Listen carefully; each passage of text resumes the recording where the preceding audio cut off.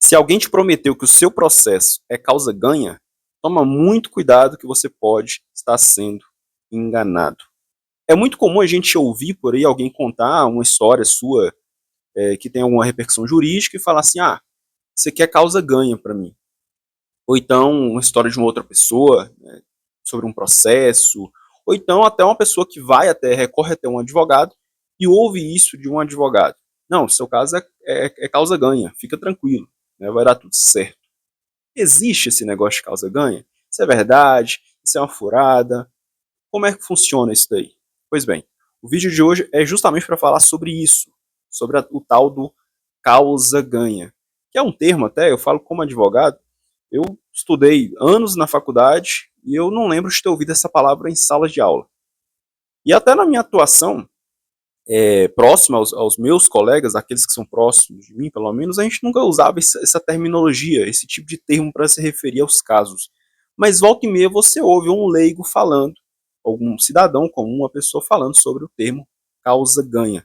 E é importante você entender quais são os limites disso daí, se isso é verdade, se isso é mentira, até para você poder se posicionar quando ouvir esse tipo de avaliação sobre um caso, né?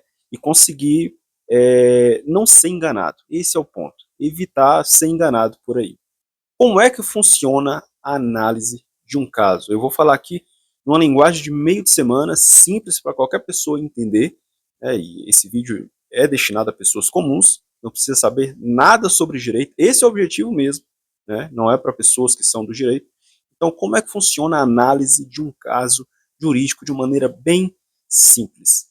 A análise é feita, e eu estou falando aqui partindo do pressuposto que essa análise é bem feita, quando ela é bem feita. Essa análise ela é feita analisando o risco da demanda. O risco da demanda. Ou seja, o risco de aquilo dar certo e daquilo dar errado. Existem três classificações que comumente se utiliza para as demandas. Né? Demanda é o quê? É aquele caso que chega para você avaliar para ver se você leva para o Poder Judiciário, se você entra com a ação ou se você não entra com a ação. Você pode classificar essas demandas em risco remoto, possível e provável. Remoto, possível e provável.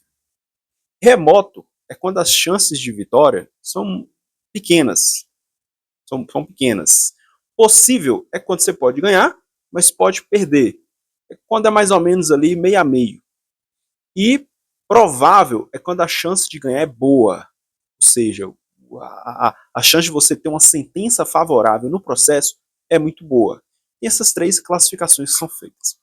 E para analisar isso daí, no atendimento que se faça um cliente, você ouve o relato do cliente, analisa a questão das provas, né, que são necessárias para o caso.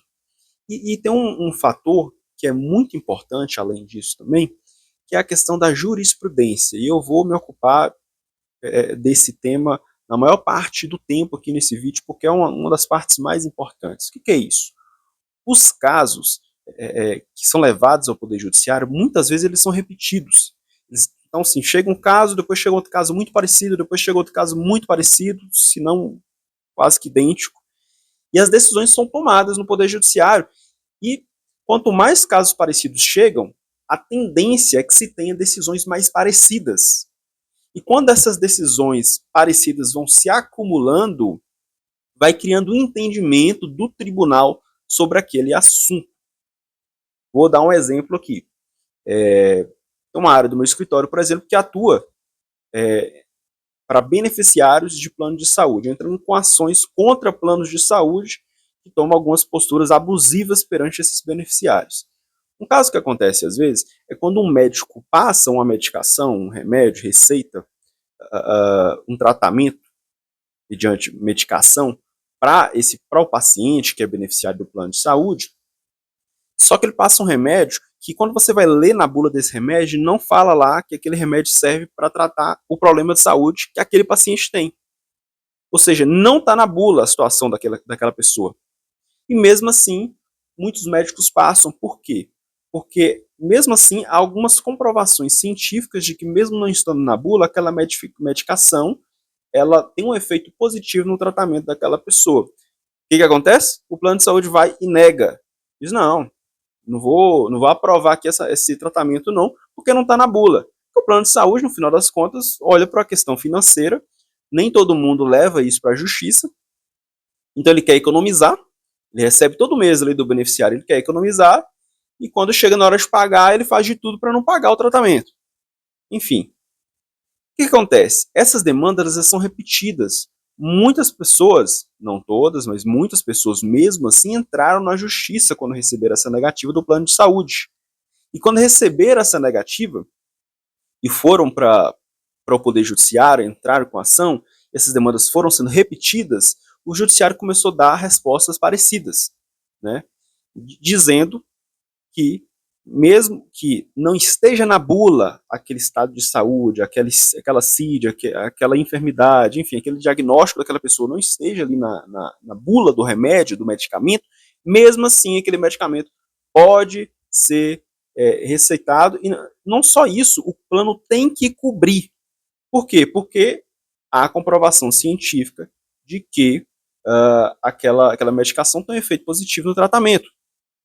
Ou seja, essa massa, esse volume de demanda que chegou no Poder Judiciário, muitas ações fez com que o Poder Judiciário criasse uma jurisprudência a respeito daquilo ali.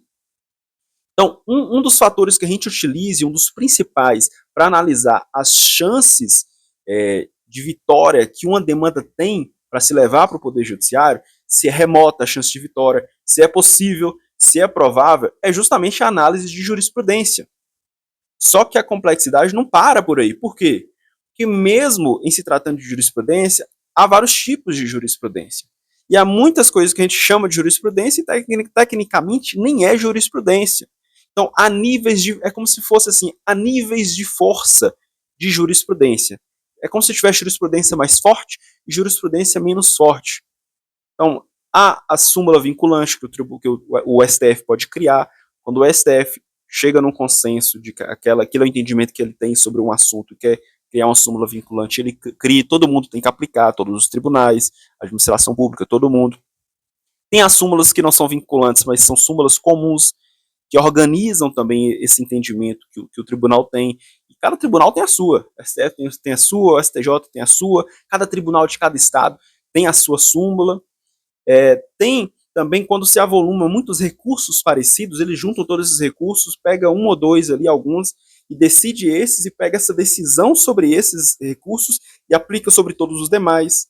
Então tem vários tipos de criação de jurisprudência, e cada uma delas tem um tipo de força na hora de avaliar a viabilidade, a força que aquela demanda pode ter, e as chances de êxito, de vitória, que tem no poder judiciário.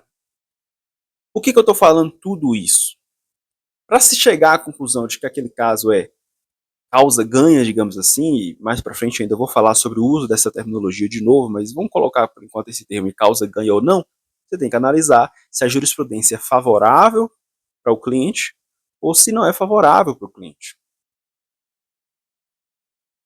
Mas mesmo que exista uma jurisprudência muito forte, mesmo que você tenha uma súmula vinculante, mesmo que você tenha, enfim, todas as decisões dos tribunais que você consultou sejam favoráveis para o seu cliente, nunca você vai poder dizer para ele que certamente a decisão que será tomada vai ser uma decisão favorável para ele, ou seja, que aquilo é uma causa ganha. Por quê?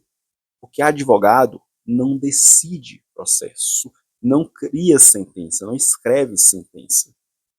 As pessoas comuns não escrevem as sentenças, não redigem as sentenças, não decidem os casos. Quem faz isso são os juízes, são os magistrados, juízes de primeiro grau, desembargadores, ministros de tribunais superiores, são todos juízes. São eles que decidem, por mais que o advogado possa influenciar a tomada de decisão, isso acontece. Mas a decisão é do juiz. Se eu garanto para a pessoa que aquilo é causa ganha, ou eu estou pagando o juiz, ou eu estou comprando ele, ou como é que eu tenho certeza de que ele vai acertar? O juiz pode errar. Isso acontece. E eu vou ser bem sincero com você. E mesmo recorrendo, pode ser que o erro se mantenha. O Poder Judiciário é formado por seres humanos. Isso pode acontecer. Então, advogado nenhum pode dar uma garantia de que aquilo vai ocorrer de uma forma que seja favorável para o cliente. Né? Existe até uma classificação que que se faz, do tipo de obrigação que o advogado tem, que a gente diz no direito civil que o serviço advocatício é uma obrigação de meio, não de finalidade. Então, o advogado ele não pode se comprometer a alcançar aquele resultado, ele pode se comprometer para envidar o maior número de esforço possível, ou seja, para se esforçar para conseguir o resultado para o cliente, mas ele não pode garantir, porque não é ele que decide. Não é ético por parte do advogado dar essa garantia. Então, se o advogado não pode dizer que aquela causa é uma causa ganha, quem dirá um leigo? Quem dirá uma pessoa que não é da área, que não atua nos processos? Isso não existe. Não existe causa ganha. Isso é uma mentira. Se alguém disser isso para você, ou está tentando te enganar, ou ela é uma pessoa que está sendo enganada, que não tem consciência do que isso significa e está usando esse termo sem ter essa consciência. Aprende isso, leve isso com você. Qualquer lugar que você estiver, quando você tiver uma demanda jurídica, um processo, quando você sentar na frente de um profissional da área jurídica, um advogado para contratar, tem isso em mente. O que você tem que fazer? Você precisa saber quais são as suas chances, e as chances não serão assim, 63%. A não ser que você tenha um super sistema muito tecnológico que consegue fazer a aferição da jurisprudência, e eu não conheço nenhum ainda que exista que seja 100% seguro. Mas, assim, via de regra, as classificações são remoto, possível e provável. Doutor, quais são as chances de êxito do meu caso? É remoto, é possível ou é provável? E segundo ponto, por quê? É igual aquelas questões que tinha na escola, quando a gente fazia a prova, justifique a resposta. Então, por que você entende que é remoto? Por que você entende que é possível? Por que você entende que é provável a chance de êxito? E aí o advogado vai te dizer por que ele entende, quais são os fundamentos. E é isso que vai aumentar a sua segurança na tomada de decisão. Tipo, vou prosseguir, vou entrar com a ação e assumo esse risco, ou não. Pretendo dar um passo para trás e não entrar com essa ação. Pretendo tentar um acordo fora da justiça. Pretendo adotar um outro tipo de medida. Enfim, aí a discussão dá um outro vídeo. Mas isso vai te dar segurança para você ter uma tomada de decisão consciente, com base nas provas, mas especialmente, e o vídeo de hoje é quase que todo dedicado a isso, para falar sobre a questão da causa-ganha, com base na questão da jurisprudência. Conclusão, não acredite quando alguém disser que algum caso é causa-ganha. Até a próxima, tamo junto.